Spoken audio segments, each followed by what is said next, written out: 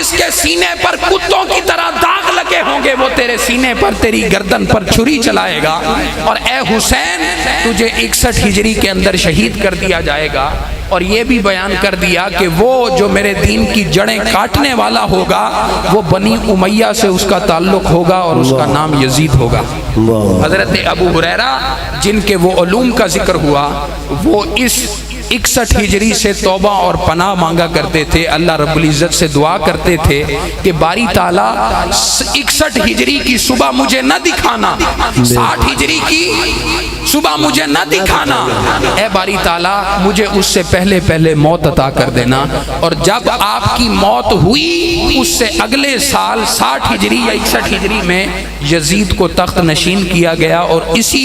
علوم کے سبب کہ جو حضور نے حضرت ابو ہریرہ کو عطا کیے تھے وہ ان ایام سے اور ان صدیوں سے اور ان سالوں سے حضور علیہ الصلوۃ والسلام اور اللہ کی پناہ مانگا۔ یہ واقعہ ایسا ہے کہ یہ کوئی گھڑا ہوا نہیں ہے بلکہ حضور نے اس کا تذکرہ خود پہلے بیان فرما دیا، اور آخر پہ 3 رباعیات میں بیان کرتا ہوں، 2 منٹ آپ کے لیتا ہوں۔ فرمایا شاہ است حسین بادشاہ است حسین، دین است حسین دی پناہ است حسین، سردار نداد دست در دست یزید حقا کے بنا الہ الہ است حسین۔ بنیاد کلمہ حضرت امام حسین نے ٹھہرنا تھا تو سفر آپ نے اختیار کرنا ہی کرنا تھا۔ اور حضرت پیر نصیر الدین نصیر کیا فرماتے ہیں؟ وہ کہتے ہیں تیرے ہی نام سے اسی نام سے نبض کائنات چلتی، اسی نام سے نبض کائنات چلتی ہے، زمین کا ذکر ہی کیا کائنات چلتی ہے، زمین کا ذکر ہی کیا کائنات چلتی ہے۔ یہ بات ذہن میں رکھیے کہ جبر کے آگے حسین بات چلائے تو بات چلائے۔ اگر حسین ہجرت کرتے کربلا میں آ جائیں تو دین کی آبرو بچتی ہے،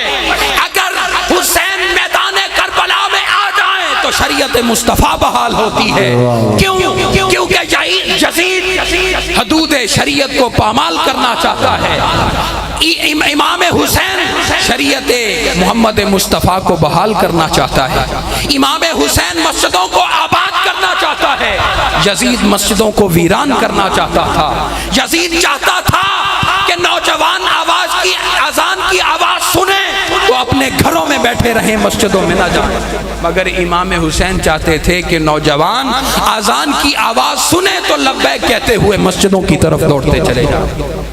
عزیزان محترم، آج دیکھیں کہ حسین تو مسجدوں کو آباد کرنا چاہتے تھے مگر ہم اذان کی آواز سنتے ہیں اور گھروں میں بیٹھے رہتے ہیں، مسجدوں میں چل کر نہیں جاتے۔ تو پھر مسجدوں کو ویران کرنے والے